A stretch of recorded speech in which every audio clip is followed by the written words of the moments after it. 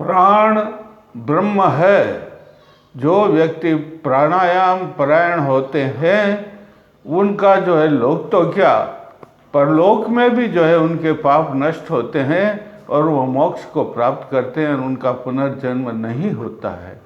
लेकिन आज हर एक आदमी प्राणायाम के लिए उत्सुक है, लेकिन प्राणायाम के प्रसार के लिए अनेक प्रकार की प्राण की गति के लिए अनेक प्रकार की विधियां बताई जाती हैं जो ठगे से रह जाते हैं, लेकिन उससे प्राण सिद्धि प्राप्त नहीं होती है।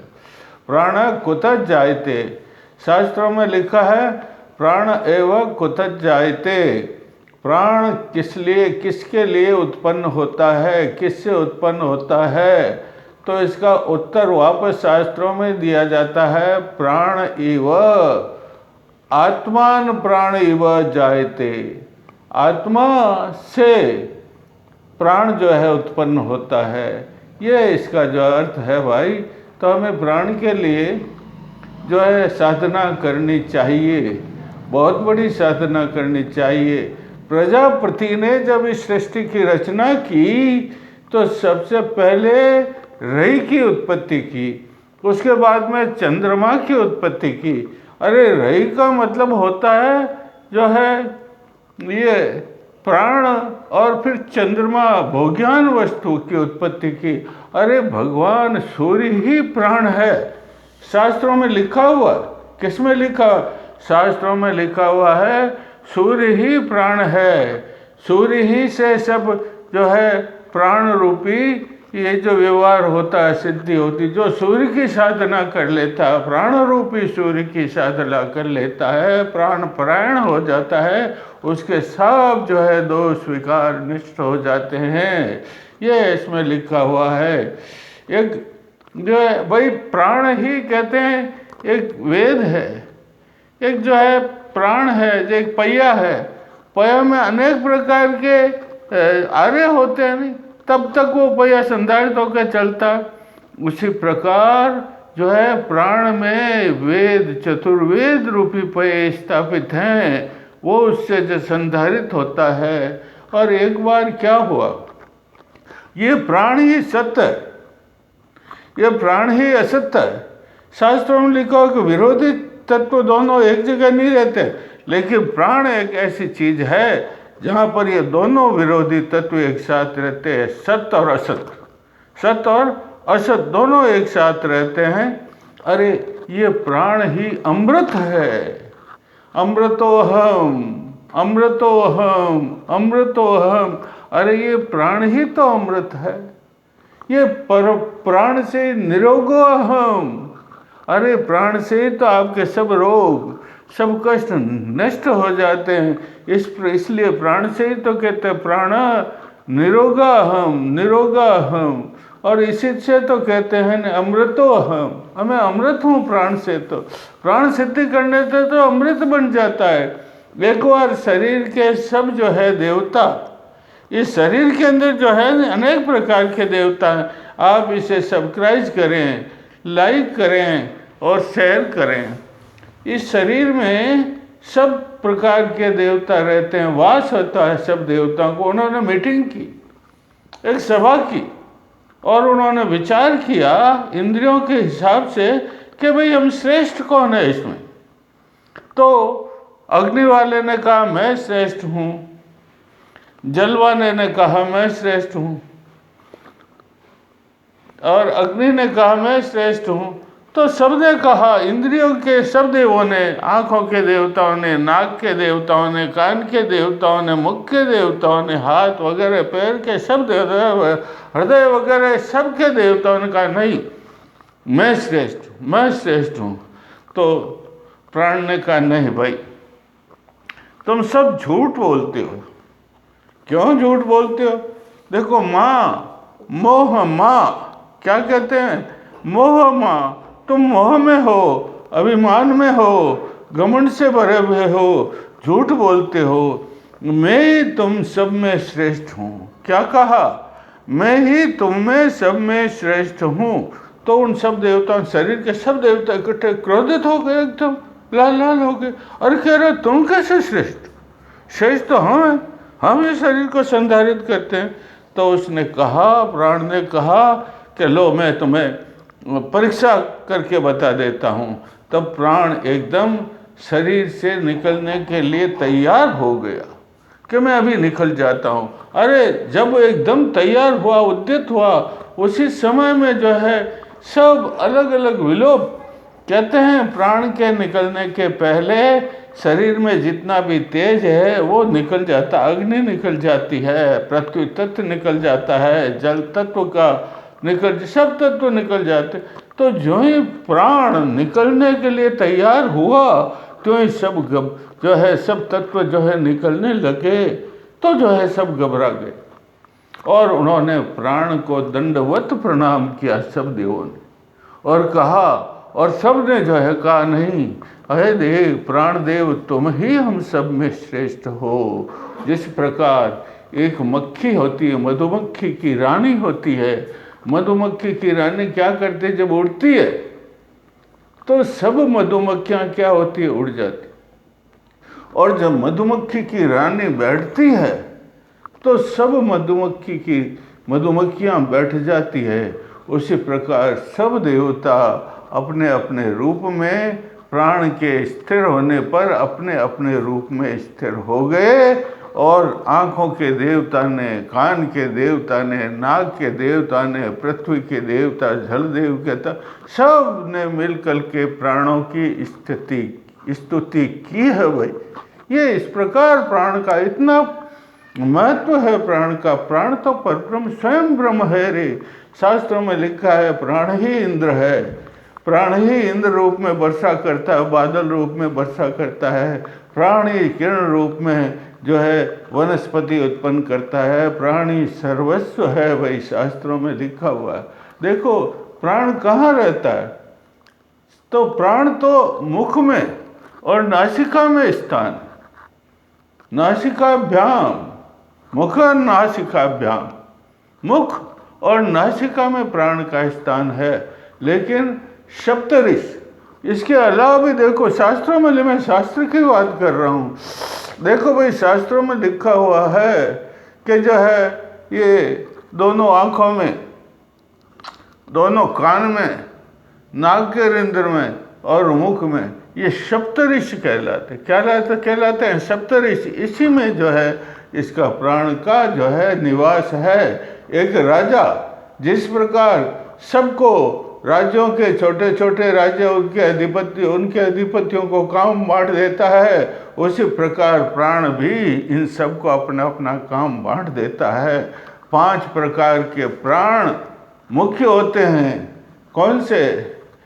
अपान वायु, प्राण वायु, अपान वायु, व्यान वायु, समान वायु, और ये प्राण और ये उदान, ये 5 प्राण मुख्य होते हैं। इनके भी सहायक होते हैं और इनके भी 49 प्रकार के पवन होते हैं। सब मिलाकर, सबको मिलाकर के 49 प्रकार के प्राण पवन होते हैं, उनको ही हम प्राण कहते, क्या कहते हैं। और ये हमारे सब शरीर में, यहाँ से लेकर के यहाँ तक सब शरीर में ये धारण किए हुए रहते हैं। यही है शास्त्रों में लिखा कि भाई प्राणायाम विधि मोक्ष को प्राप्त करने के लिए, समाधि को प्राप्त करने के लिए, ये प्राणायाम ही एक रास्ता है। प्राणायाम क्या है? एक रास्ता है। इसकी विधि क्या है? शास्त्रों में लिखा हुआ है ना कि देखो स्नान कर लो, अबोध हो जाओ, पवित्र हो जाओ, पवित्र होकर के जमीन के ऊपर क्या करो? बिछा दो आसन, आसन बिछा करके पद्मासन में, स्वस्तिक शासन में, सुखासन में आप यूँ बैठ जाए। बैठ करके अब शास्त्रों में लिखे, यूँ तो अनेक मंत्र हैं रे, अनेक जो है प्राण के मंत्र हैं, लेकिन मुख्य मंत्र हैं गायत्री मंत्र। कौन से? हमें सप्तलोक की जो है ध्यान करना चाहिए पहले। सप्तलोक, ये पृथ्वी तत्व, जललोक, महर्षि, ये मणिपुर में स्वर्ग लोक, ये महाजन, ये जनलोक, ये तपलोक कहलाता। और इसके ऊपर सत्य लोक। इनका ध्यान करके और एक बार इधर देखो, ये सांस खींचो, यूँ हाथ रख दो, यूँ रख करके एक बार गायत्री मंत्र का जप करो और फिर बंद कर दो, और फिर कितनी बार? 3 बार गायत्री मंत्र, ओम भूर्भुवस्सुवः तत्सवितुर्वरेण्यं, ओम भूर्भुवस्सुवः, ये 3 बार गायत्री मंत्र का जप करो और उसके बाद में वापस रेचक ओम भूर्भुवस्सुवः तत्सवितुर्वरेण्यं भर्गो देवस्य धीमहि धियो यो न प्रचोदयात्। ये विधि है इसकी। क्या विधि है? पहले तो सप्तलोक का ध्यान करो। सप्तलोक कौन सा? ओम भूर्भुवस्सुवः, ये जो है मूलाधार में स्व, स्वाधिष्ठान मूलाधार में भू और स्वाधिष्ठान में भुव, और ये मणिपुर में स्व, और फिर ये अनाहत में मह, यहाँ विशुद्ध में झन, यहाँ तपलोक, और ये सत्यम लोक। इनका ध्यान करो पहले। ध्यान करके और फिर एक बार, कितनी बार? सिर्फ एक बार गायत्री मंत्र का जप करो। ओम भूर्भुवस्सुवः तत्सवितुर्वरेण्यं भर्गो देवस्य धीमहि धियो यो न प्रचोदयात्। ये एक बार करके रेचक करो। रेचक का मतलब सांस को ऊपर खींच लो और उसके बाद में कुंभक कर लो। ऐसे कुंभक, ये देखो, ये कुंभक हो गए। और 3 बार, कितनी बार? ओम भूर्भुवस्सुवः तत्सवितुर्वरेण्यं भर्गो देवस्य धीमहि धियो यो न प्रचोदयात्, 3 बार उच्चारण। और फिर उसका जो है 3 बार करके, और फिर उसको जो है वो 1 बार और करो, निकाल दो इससे। तो ये 3 आवृत्तियाँ हो गई, इसकी आवृत्तियाँ हो गई। इससे ये जो है प्राणायाम सिद्ध हो जाता है। प्राणायाम क्या हो जाता है? ये गायत्री मंत्र कैसा है जिससे प्राणायाम सिद्ध हो जाता है। और दूसरा, शास्त्रों में लिखा है, पतंजलि योग शास्त्र में लिखा है, तत्र वाचक प्रणव। अरे गुरु है, और गुरु से ईश्वर है, ईश्वर से बड़ा कोई नहीं है, और ईश्वर से बड़ा तत्र प्रकाशक, ईश्वर का भी सबको प्रकाश देने वाला प्रणव मंत्र है। कौन सा मंत्र है? तत्र वाचक प्रणव, पतंजलि में लिखा है। तदत, उसका जप करो, उसका अर्थ समझो। प्रणव मंत्र है नहीं, ओम ओम अ उ म 3 मात्राएं होती। कितनी मात्राएं होती है? अ उ म 3 मात्राएं होती है। इन 3 मात्राओं के अलग अलग अर्थ है भैया। उन 3 मात्राओं के अर्थ को ध्यान में रखते हुए ओम ओम ओम का जाप करो, और इसी विधि से एक बार रेचक करो। एक बार रेचक करने का मतलब सांस निकालो तो ओम, और फिर इसको बंद कर दो, बाह्य कुंभक करो।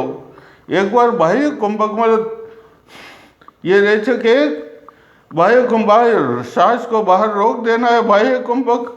और फिर 3 बार ओम ओम ओम, और फिर वापस पूर्ण करो एक बार ओम। ये इसकी विधि है भैया।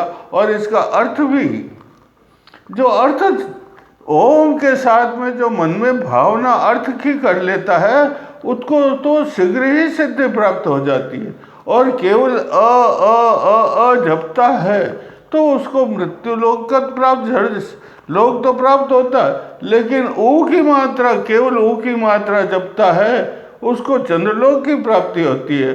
और अ उ ओम तीनों की जो मात्रा जपने लग जाता है, उसको तो मोक्ष प्राप्त होता है। ये प्राणायाम की विधि है, ये प्राणायाम सिद्ध करने की विधि है। इससे प्राणायाम सिद्ध हो जाता है और मनुष्य मोक्ष को प्राप्त कर।